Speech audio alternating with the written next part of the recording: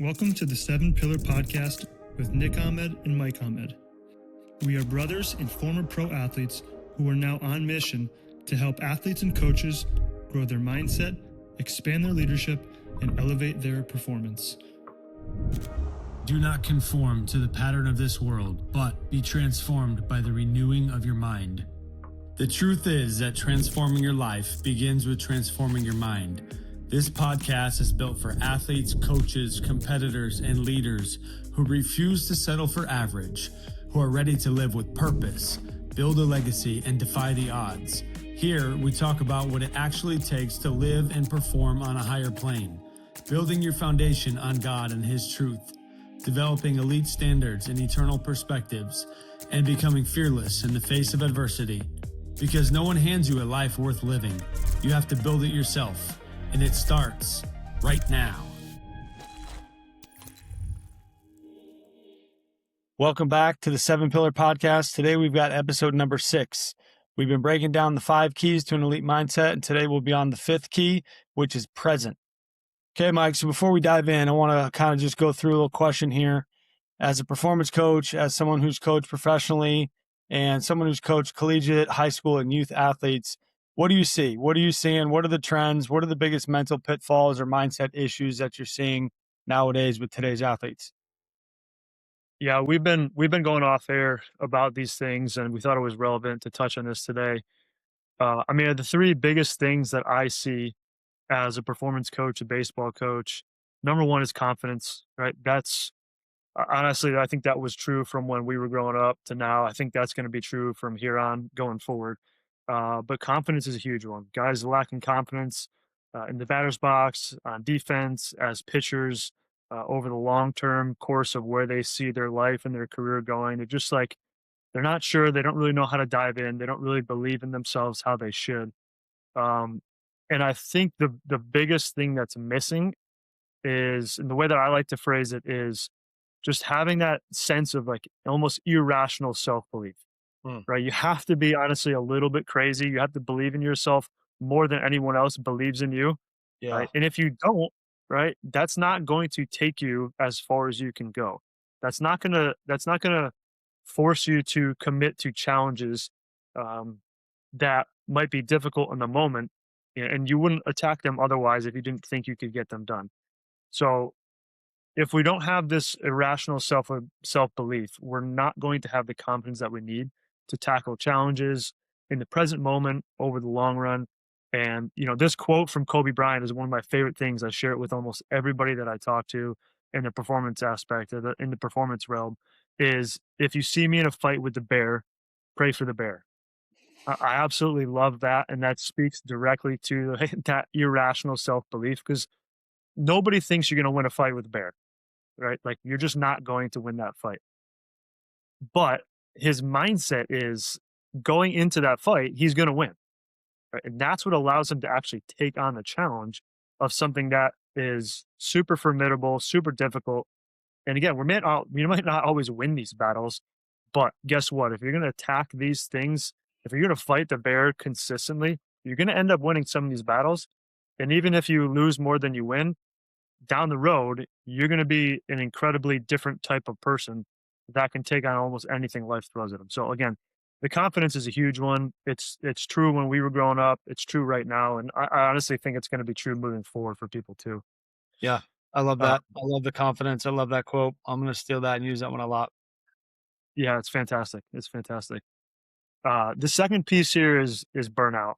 And I see this a ton with mostly high school guys, some college guys, but like the travel circuit nowadays is just crazy. You know how it is. You've experienced it now on the coaching side. Yep. Guys are just getting so invested in their performance or just in a single sport. And it's like, it becomes all consuming in everything that they do. It's just so challenging to continue to live that out, especially as a young person who hasn't experienced much of life. How are you supposed to continue through that if that's all you know? You're experiencing failure, you're experiencing hardship or adversity. We need to figure out ways to remove ourselves from burnout, from like that single sport, from that identity that's tied to our performance. It's just one of the things that I see a ton with younger guys. And I myself, early in my career, my professional career, like I was close to that burnout stage. I just remember, long bus rides in the middle of nowhere, tough performances, playing early in the year when it was freezing cold, being away from family. I think there was one stretch too when I was in low A. We played like 24 games in 23 days, something like that. And maybe I had one off day in that stretch. So just the minor league grind. And I was close to that burnout, but thankfully I kept committed to the process and committed to what I was doing. Um, and it got easier as I went, right? That was kind of my bear that I was attacking at the time. And it got easier as I went. But I think for younger guys who are solely invested in a single sport or have their identity so tied up in their performance, it gets super challenging. Yeah. All right. Confidence, In the burnout, last, mentioned 3. What was the third one? yeah, the last piece here, and this is what I've seen a lot more lately with some of my performance guys that I've been working with, is not really taking ownership over their life and career. Like a lot of younger guys, they're kind of waiting for coaches or me or their parents to kind of tell them what to do and what they need to do next. And obviously that's part of it, especially when you're young, right? You need that guidance.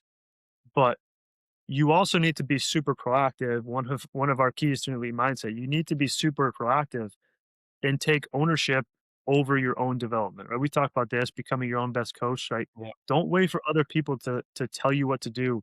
Right? Use them as support and guides, but like take the reins of your own life and career and figure out where you want to go.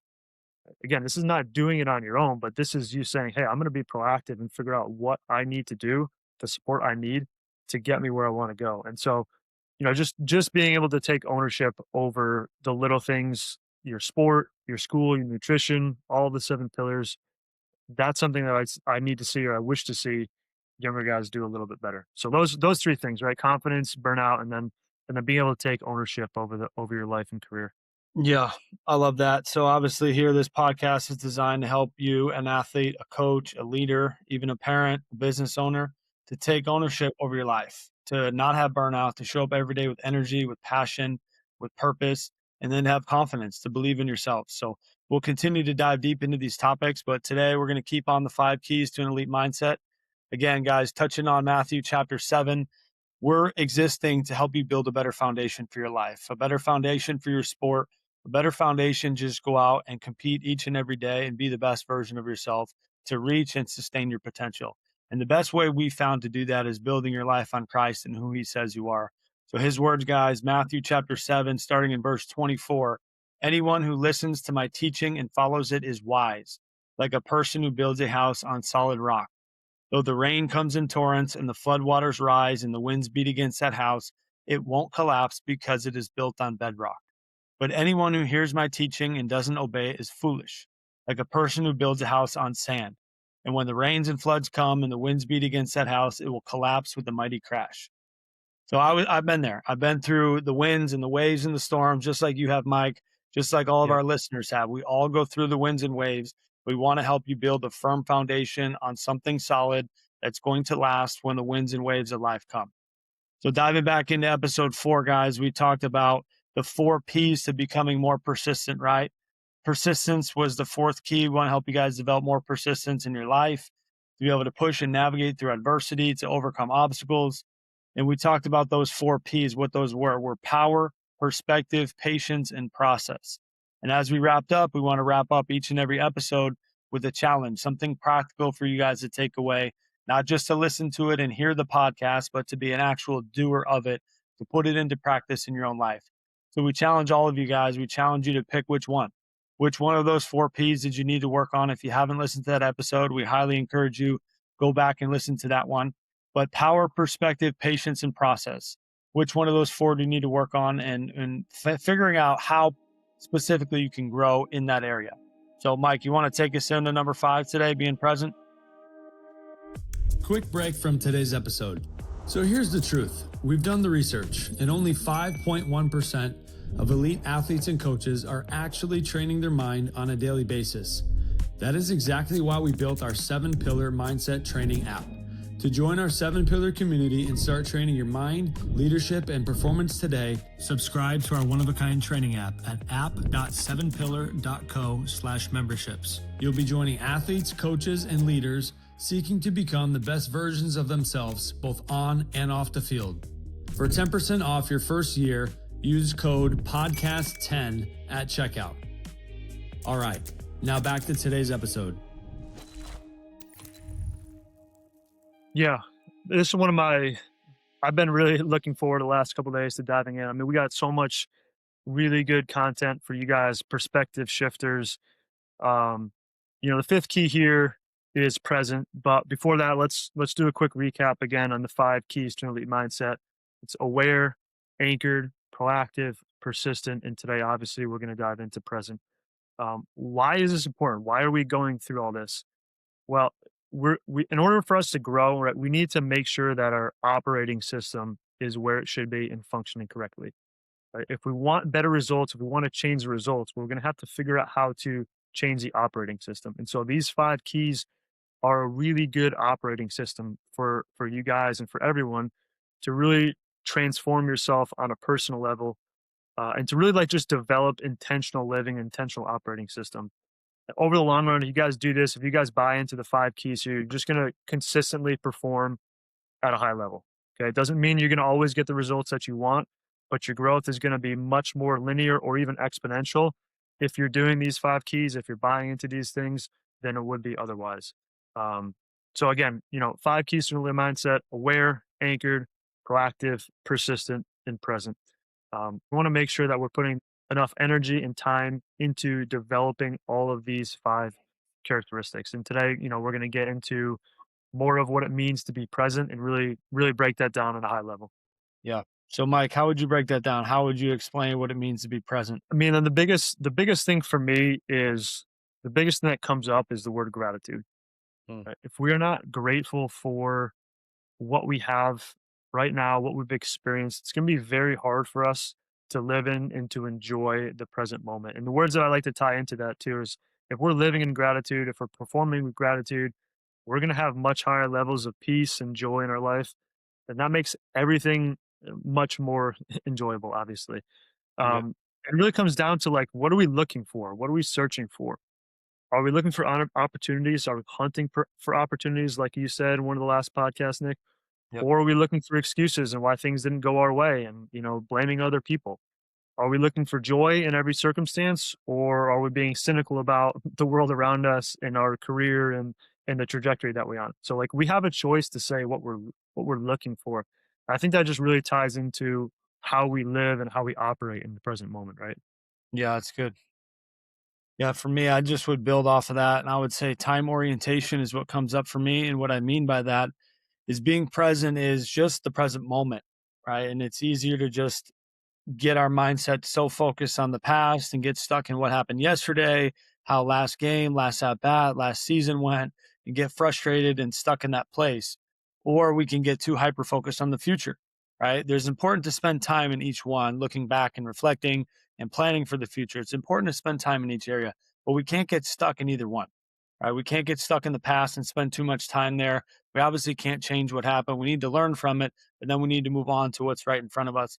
We can't be so focused on the future that it becomes a problem. It becomes a source of worry, a source of anxiety, and a source of just, hey, I need to control this and have certainty in my life. So I think of time orientation a lot to help me stay present and just be right where my feet are at. We'll continue to dive into this more. But that's just the first thing that comes up for me, is just being really focused on not getting stuck in the past, not spending too much time in the future that hasn't happened yet. Yeah, I'm gonna put you on the spot here too. I mean, looking back at your career, do you feel like if you were living outside the present moment, you kind of erred more on the side of living in the past or living in the future? And kind of like, what was that challenge for you? How did you feel like you navigated that? Yeah, I think there were moments of both. I think there was plenty of times where I had a slump I was going through and I was too worried about, what I did the last week and the last 15, 20, 30 at bats, whatever was happening. And just like, you know what, at some point you got to figure out how to accept it and move on. And I wasn't Yeah. great at that early on. I wasn't great at accepting my failures and then moving forward. I always wanted to do my best the next at bat to almost make up for it. We can't do Mhm. that, right? Life doesn't offer us that opportunity.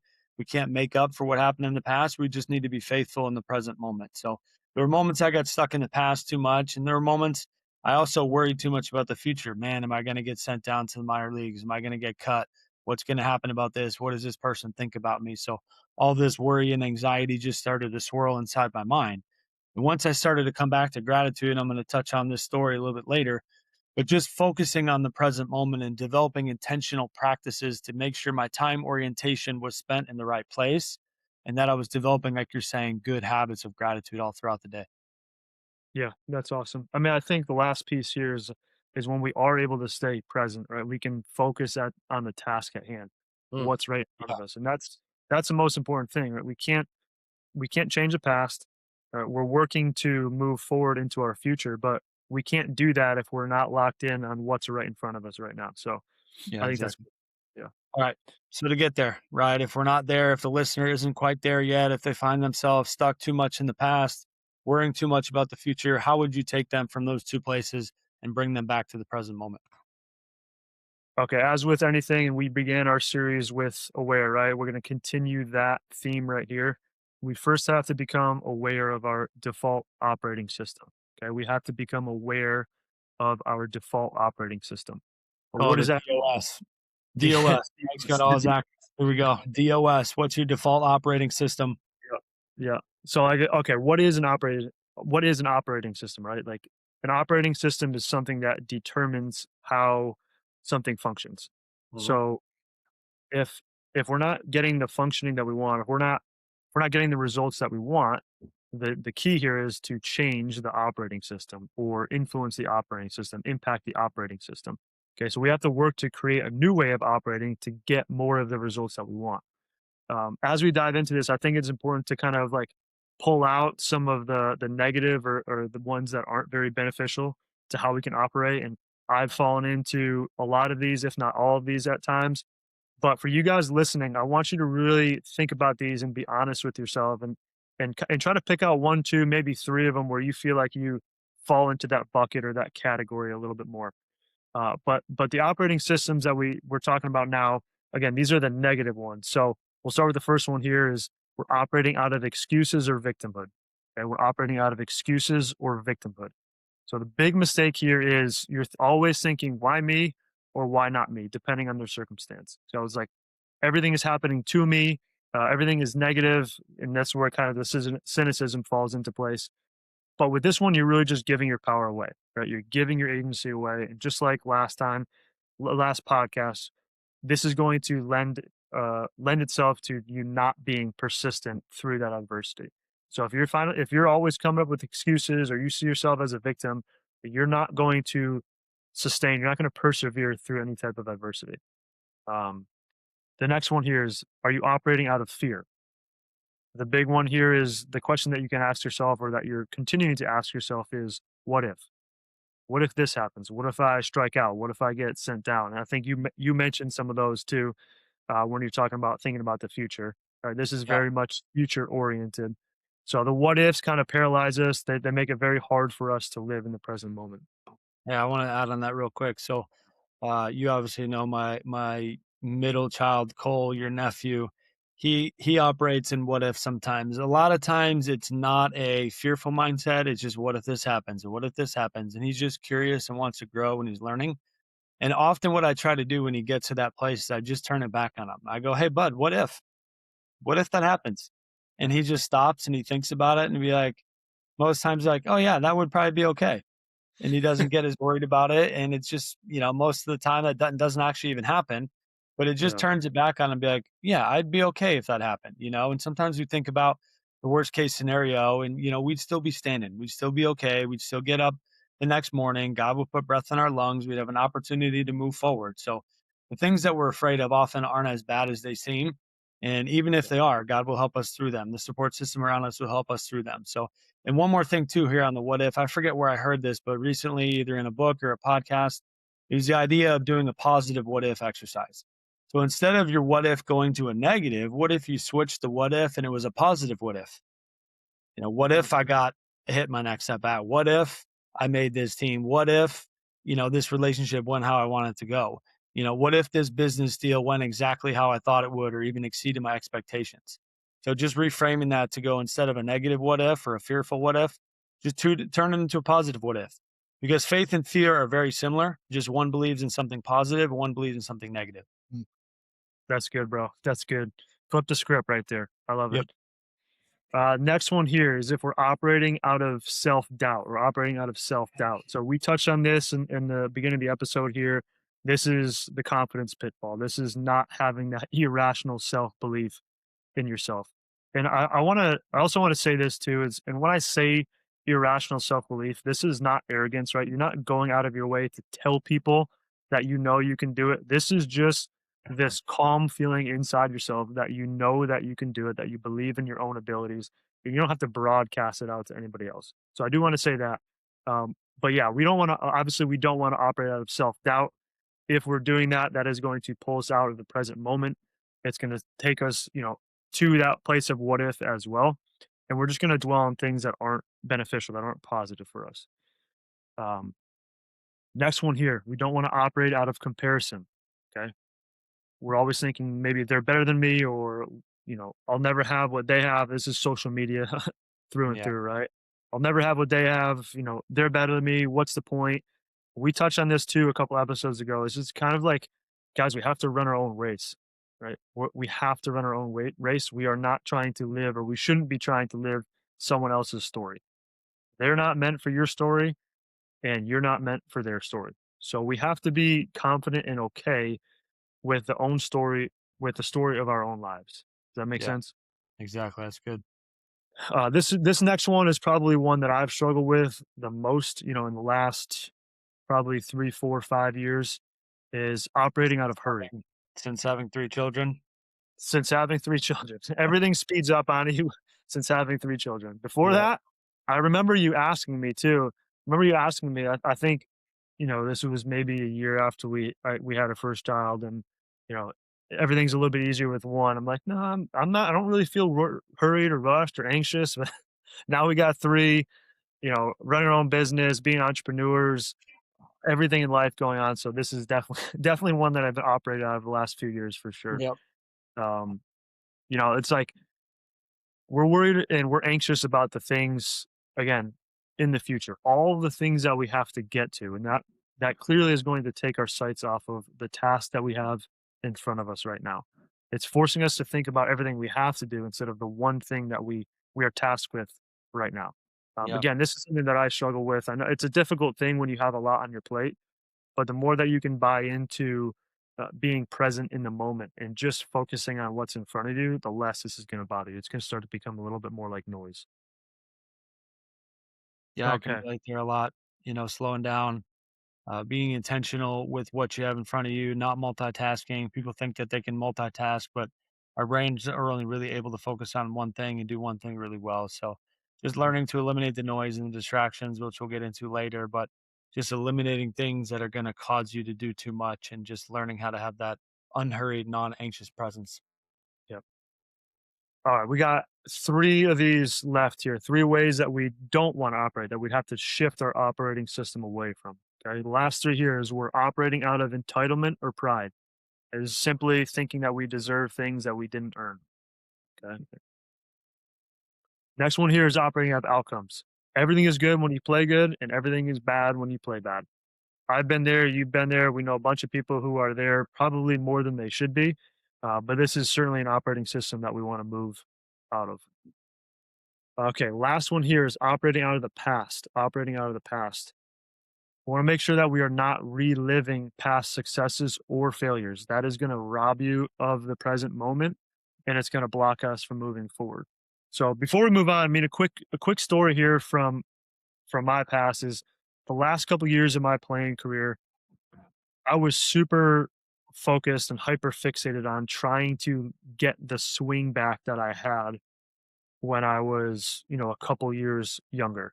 I had some really good success for 2 straight years, and then the last 2 years of my career, I struggled a good bit. And all I was trying to do is I was trying to relive my past, trying to get back to that swing that I had, rather than trusting in my ability to basically chart a new course and figure out a new way to improve and have the results on the field that I want. So Yeah. unfortunately in that situation or that season of my life, I was so focused on the past and what I did well, right? That I was actually taken out of that present moment and the things that I could have done in the here and now that would have actually given me better results. Yeah, it's a good On that, story. yeah, I think that's really relatable. A lot of us have had success in the past, and we think, if I can just get back to this, if I can just do this again. But it's like, what if that wasn't even your best? What if there's something even better in your future ahead of you? So I love that you shared that. yeah, So, Mike, here we go. So, if we have all the wrong DOSs, right, the default operating systems, walk me through the four. We've got four of these laid out for you, four more beneficial, more helpful default operating systems. What are the four? yeah. These are obviously going to help us be more fully present in the moment, be intentional with what we're doing. The four operating systems that we do want to have is number one, operate out of purpose. Number two, operate out of gratitude and joy. Number three, operate out of growth. And the last one here is operate out of service. So Mm, if we can operate out of purpose, gratitude, growth, and service, we are going to be fully present in the moment, be super intentional with our time. And again, we're going to see a lot of fruit in our life because of that. yeah, that's good. So let's dive into the first one. We want to operate out of purpose, getting to that good default operating system when we live on purpose each and every moment of our lives. So, guys, this says that everything matters. We need to create meaning with each and every moment of our lives, each and every decision, habit, action, how we treat people, how we show up to a meeting, the little details of our lives, how we care for our physical bodies, how we sleep, the leadership qualities and attributes that we have, our character, every little detail of our lives has a lot of meaning and has a lot of purpose. So we got to create healthy relationships with the past and the future to allow us to be fully present, to live with purpose and intentionality in the moment. And we can't ruminate, right? So you're thinking about a cow, what rumination actually is. It's chew, chew, chew, swallow, throw up, chew, chew, chew some more, swallow, throw up, do that whole process over and over and over again. It's kind of gross to think about. But that's what we do in our minds a lot is we ruminate. We spend so much time worrying about what happened in the past, reliving it over and over and over again, moving on, coming back to it, moving on, coming back to it. We have to stop ruminating on the past. It steals our ability to be focused and present and have that intentional mindset with what's right in front of us. So we got to let go of that. And then we also got to let go of the future. None of us are ever going to have certainty. We're never going to have control. Control is just an illusion that steals our ability to just be focused on that time orientation of presence right in this moment. That's all we have. So, Mike, you're huge on being faithful. What's in front of you? You got a story from the book of Genesis that you want to share here. You want to dive into that? Yeah, yeah, for sure. I mean, as we were putting notes together for this episode, this story kept coming to my mind. I really wanted to share it. And like you said, it's really just about being faithful with what's in front of you. So if you guys aren't familiar with the story, it's a story of Joseph from the book of Genesis. Essentially, he is favored by his father over his other 11 brothers. And one day, his older brothers get so sick of it, they actually end up beating him up, tossing him in a well. They're trying to figure out what to do with him. Some of them want to kill him, some of them don't want to, but actually end up selling him to slave traders, and he gets taken all the way down to Egypt. He is now the slave of one of the commanders or governors for the Pharaoh of Egypt. And while he's there, he is falsely accused of assaulting a woman, the his owner's wife, essentially. And for that, he's falsely accused and thrown into prison. So all up to this point, you can imagine how much adversity that he's going through. Um, but that's not where the story ends, right? He spends a long time in prison. He eventually gets out and proves himself to the Pharaoh and becomes second in command of all of Egypt. Right. So his faithfulness with the things in front of him, with his persistence and not giving up, with his focus on the present moment, he was able to go from someone who was beaten and almost killed to sold as a slave to falsely accused to now rising to second in command of all of Egypt. And that's not where the story ends either, right? So basically, there's a famine in the land where he came from, where his family lives, and his brothers come down to the land to buy food from him. So they're with him. They don't see him. They don't recognize him. But Joseph, of course, knows who his brothers are. Eventually, at the end of that, he forgives his brothers, right? He wants to be reconciled to him. He wants to be reconciled to his father.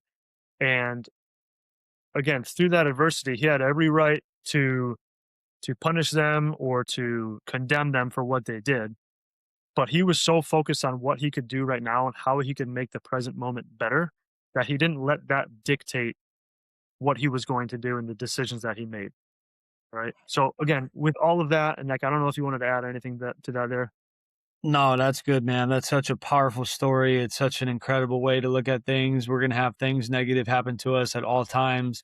And Joseph had the opportunity to get stuck in the past, or he had the opportunity to choose to Yeah. be purposeful in the moment. So that's phenomenal. Thanks for sharing that. Yeah. Moving on to number two, operating out of gratitude. Mike, what do you got here? All right. First, let's just define gratitude. It's just the ability to recognize and appreciate the blessings that you have. Very simply put, right? It's the ability to recognize and appreciate the blessings that you have. Sometimes it's harder than we think. But what I want to do right now is kind of give you guys a mindset shift that's going to change how you think about what gratitude is. So rather than thinking about gratitude as a feeling that you kind of might spontaneously get in the moment, right? Think about gratitude as a skill that you can get better at over time. So rather than it being a feeling, I want Yeah, you I guys to love think of that. it as a skill that you get better over time. Super important. Okay? Um, what's also really important here, and why we're placing so much value on gratitude is there's just crazy amount of psychological and physiological effects that gratitude has on us. Okay. We'll talk through the psychological first. Number one, it's going to increase our joy, it's going to increase our optimism, and it's going to increase our overall life satisfaction. If you're more grateful for what you have, you're certainly going to be more satisfied in the moment and moving forward. Number two, it's going to reduce anxiety, reduce stress, reduce jealousy and depressive thoughts. Those things keep us captive and make it really hard for us to enjoy the present moment. When we're doing that, we're thinking clearer, which means we're able to problem solve better, which means we're able to make better decisions and move forward in a better way. Number four here, it's going to improve emotional resilience during adversity. Right? It's going to help us, as you say, Nick, not ruminate on the bad things, not ruminate on the difficult things in front of us. Instead, we're going to be looking for the good things.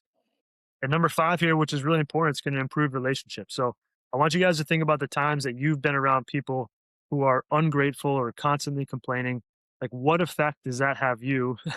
What effect does that have on how you see that person and how you connect with them? Right? That's it's Yeah. a place where we don't want to live as people, and then obviously as teammates, we have a firsthand view of how that affects us and then the team as a whole. Yeah. Um, I was working with a client earlier this morning. I want to share this story real quick because he dropped please. the bomb on me in a really good way and it challenged me. He said his new goal, one of his goals, is to be the most grateful person on the planet. And I was Nice. like, dude, that is unreal. And we're gonna have this guy in the podcast in the near future. But a Major League Baseball player doing it at the highest level, excellent at his craft, and this guy's pursuing gratitude at a high level. And the more we dove Yeah. into it, and he just explained that this is his superpower to help overcome a bad at bat. When he chases that slider in the dirt, and he gets all angry and frustrated. How does he move on to be present in the moment to go play defense to help his team, to be Mhm. present for that next at bat, to be present for his wife and his daughter when he goes home at the end of the night? It's being grateful. And this is his superpower, and he's super intentional about it. And he wants to be the most grateful person on the planet. So it fired me up this morning when we were diving in. And then it's just something I just want to do myself too, man. I was like, hey, I'm going to challenge you. I'm going to fight you for that title. That's awesome. I mean, if we think Yeah. about it too, that's probably the greatest reset strategy you can possibly have on a baseball field or basketball court, wherever you are. Something goes bad. If you're able to be grateful for where you're at or what you're doing in the moment, like you're going to be able to reset and snap back from something that happened to you so much quicker. That's awesome. Yep. Um, Good. All right. The I think that's physiological. I know you got a few physiological benefits here. yeah. Let's dive in. So, number one, it's going to activate your parasympathetic nervous system. Right, that's your rest and digest nervous system. That's going to allow you to recover better. So, essentially going to lower your cortisol, your stress hormones. It's going to help improve calmness, your overall stress response. Because of that, it's going to improve your sleep quality, your sleep duration. So, all these things, guys, psychological, physiological. There's so many benefits to us being grateful for what we have. Um, and really, it's like, well, okay, why does this help? Why does this do it? It just helps us shift from a state of stress and threat to a state of calm and focus and joy. And it's really as simple as that. It's shifting our mindset from dwelling on the negative things to the positive things. And it's easier said than done, but again, it's a skill that we need to practice daily to get better at. Okay? Yeah. All right. That's so good. And what I love too is when modern day science matches with what the Bible says. Yeah. So this has been commands for us in scripture for thousands of years. And I just kind of dug into it, wanted to give a number to put to this. About 150 times in the Bible either uses give thanks, thanksgiving, or thank in the Bible. So what we're trying to do on a daily basis is just to give thanks. We want to be thankful. We want to get those physiological, psychological benefits from it. And we know that as modern day science is proving these things, that the biblical wisdom is shown to be even stronger. So just continue to do that. And quick story on my end, I used to go home at the end of bad games. I'm driving home on the freeway in Arizona after we lost, after an 0 for 4 game. And I'm just frustrated, ruminating on the bad at bats and the team lost. And I get so mad, I get so frustrated, and I don't want to get to that place, but I want to get home and I want to be present with Amanda when I get there. And I want to be a good father and a good husband, but I'm so stuck in the past that I can't be present in the moment. So what I eventually started to do is I started to develop a practice. When I get to my house, I would give myself the drive home to process, to think about what happened, to learn from it, and to be frustrated if I needed to and be human. That's fine. But then once I got home, I turned off my truck, I shut my door. My practice of resetting was to look up. So I spent about 3 or 4 minutes just standing in my driveway, looking up at the stars. Most of the time in Arizona, the sky was clear, had a great view of the stars. But looking up at the stars for me helped me to be grateful. It helped me to realize how small I actually was, that life didn't revolve around me and my baseball results. It just gave me a different perspective and a different reset. So for me, it was looking up at the stars. For you, the listener, it could be something different, but just work to try to cultivate that gratitude practice. Mm. All right, number three, our third default operating system is operating out of growth. If we operate out of growth, we're going to have the ability to adapt and overcome. So, like we talked about, guys, life is full of difficulties, full of adversity. Those who are present learn how to have a growth mindset. They have an opportunity mindset. They learn how to see the present moment for what it is, an opportunity to learn and grow and become the type of person they want to be. So, we got to have a growth mindset. We got to have this opportunity mindset as we show up to our present moment, knowing that we don't know what's going to happen, but we have the opportunity to choose how we respond, like you talked about last episode. So for me, guys, this was spring training of 2024. I went through that whole off season. First time in free agency, excited for a new start after a tough season in 2023. Got released by the Diamondbacks at the end of that year, just coming off an injury, didn't play very well. But I was feeling better. My shoulder was healed up. I had a good offseason behind me. I was ready. I was ready for that next opportunity. But as offseason went on, Christmas, New Year's, January, had a lot of conversations with teams, but no job offers. Then we get into February and spring training is getting closer, and the same thing. I had no job offers, some conversations. Hey, we're interested. We'll get back to you. But nobody offered me a job. No one said, hey, come out to spring and let's get after it. So spring training begins. Same situation. Even games of spring training begin. So we're in the last month of February. Games have already started. All my buddies are off playing. They're getting ready for the season. I'm sitting out. I'm working out in my garage gym, and it's hot. It's 100 degrees, and I don't have a job.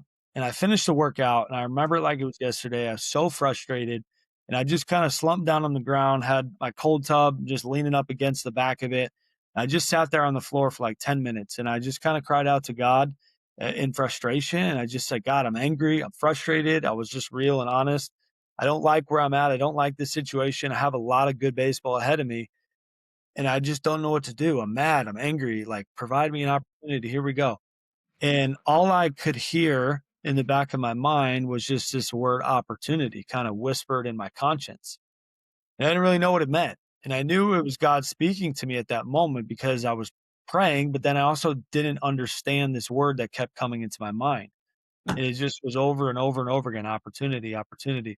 Eventually I kind of had this dialogue with God in prayer, and I was like, what does this mean? Like, what's the opportunity here? I don't have a job. I can't go out and compete and play and do what I love. He goes, hey, it's an opportunity to become a more patient person.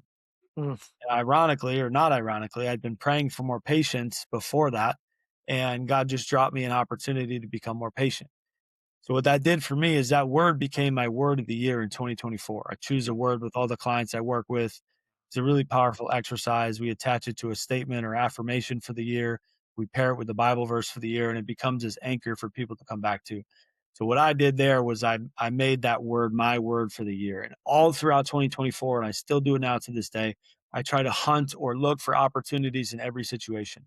What that does for me is it provides me juice and energy and strength in my spirit to just show up to the present moment and know that, hey, this might not be what I wanted. This might not be what I had planned, but there's still something good in this. And when we understand that God has a great plan for each one of our lives, we can be available and looking for these opportunities with eyes wide open.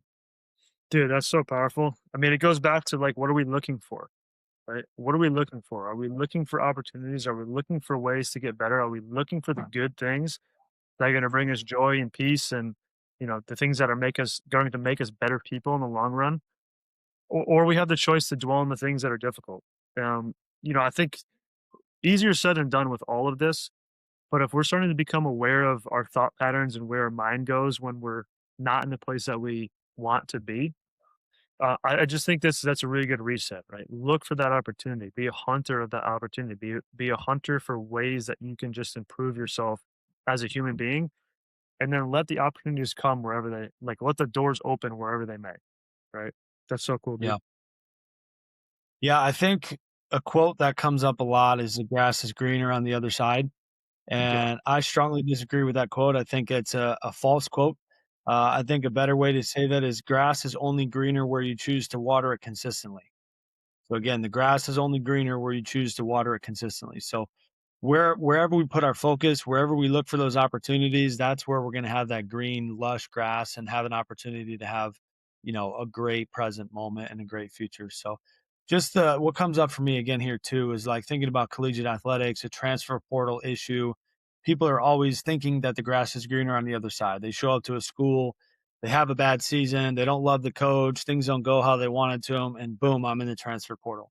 And it's kinda like an avoidance of adversity, it's an avoidance of a long-term growth mindset, and I think yeah, we need to learn how to be comfortable in those difficult moments and learn how to embrace those difficult times to help us to grow. So, just some quick stats to back this up. In 2019, a year after the transfer portal was instituted, about 8% of collegiate athletes entered the transfer portal, so 13,900 NCAA student athletes.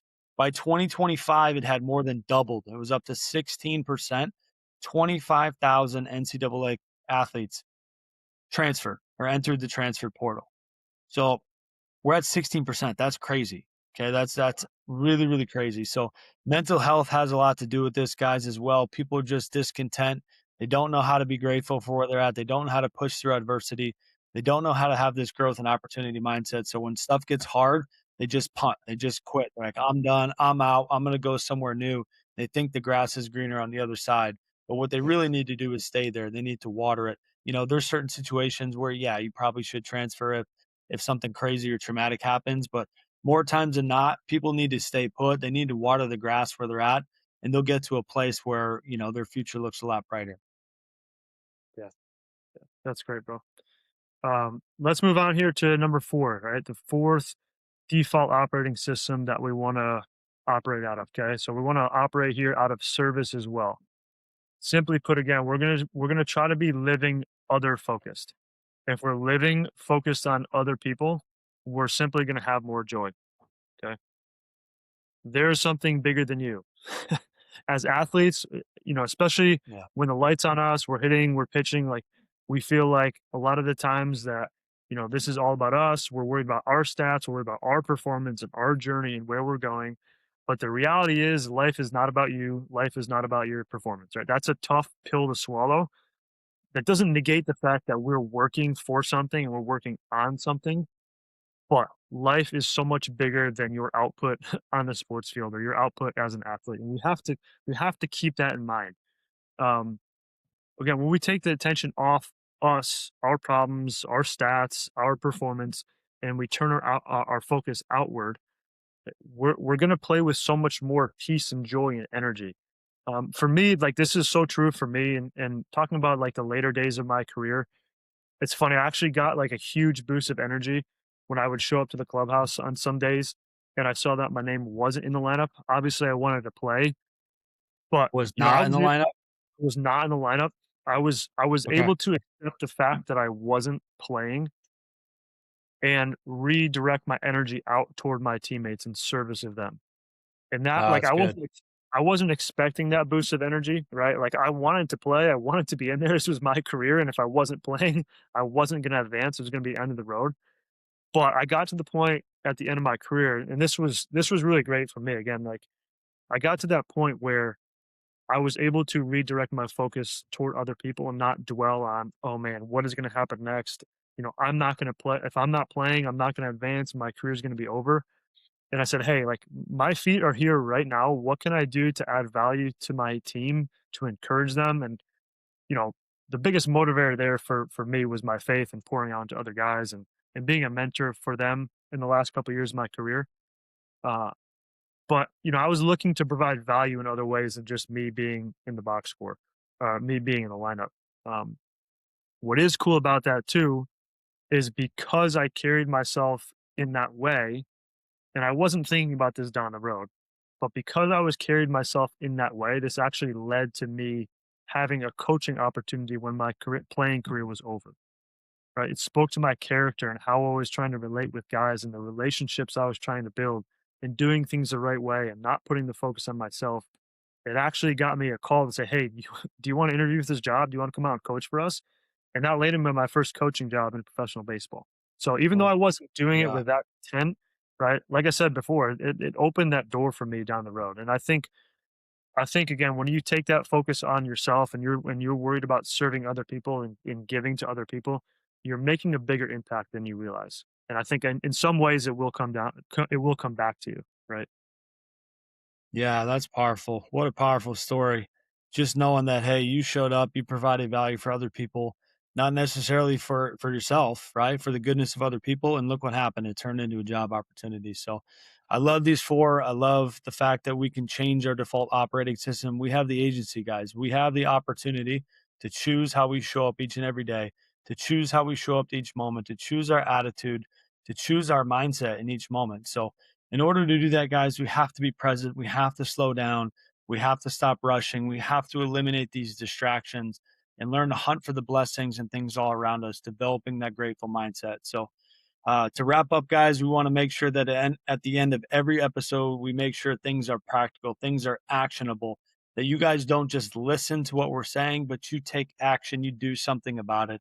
So we want to be hearers of the word, but also doers of the word as well. So a quote and a Bible verse here to wrap up, and then a challenge. So a quote from Eckhart Tolle. He said, realize deeply that the present moment is all you ever have. Okay. It's all we ever have. Just be present. Enjoy the moment you're at. Don't worry about the past. Stop ruminating. And the future isn't here yet. You can't control it anyways. So the present moment is all we ever have. And then Psalm 118, verse 24 says, this is the day that the Lord has made. Let us rejoice and be glad in it.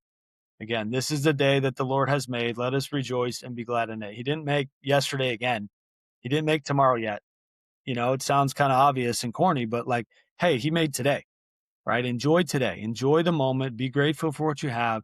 Find ways to be joyful and be grateful and watch how it changes and transforms you. So a challenge, guys, for all of you we want you guys to find ways to consistently be joyful, to be grateful. So what's the best time? What's the best place? What's the best way for you to rejoice? We want you guys for the next week to develop an intentional gratitude practice, whether it's journaling, whether it's barefoot, grounding walk outside. That was actually a practice that I did when I was playing in 2024. I wanted to have more joy. I wanted to enjoy the game more. I wanted to enjoy the blessing of being in the big leagues. So what I would do every day when I get to the ballpark was I change into my clothes. I put my shower shoes on with no socks. I walk down the tunnel. I go out to the stadium. It's 1 o'clock. There's nobody there but the grounds crew. And I would just walk the outfield barefoot in the grass, right? I was trying to really embrace my grass and be where my feet were. And I called it my gratitude walk. I'd often have a coffee or a matcha, and I'm out there in the beautiful weather in San Francisco and LA the year that I kind of bounced around there, a bunch of different teams. But I'm trying to just really enjoy where my feet were at. And I developed this gratitude practice that helped me to be present in the moment, helped me to enjoy the blessing of being where I was. So that's our challenge for you guys. We want to leave you with that. And again, if you guys find value in this episode, please share it with people in your circle. Stay tuned. We're going to drop new episodes and bring you more amazing content real soon.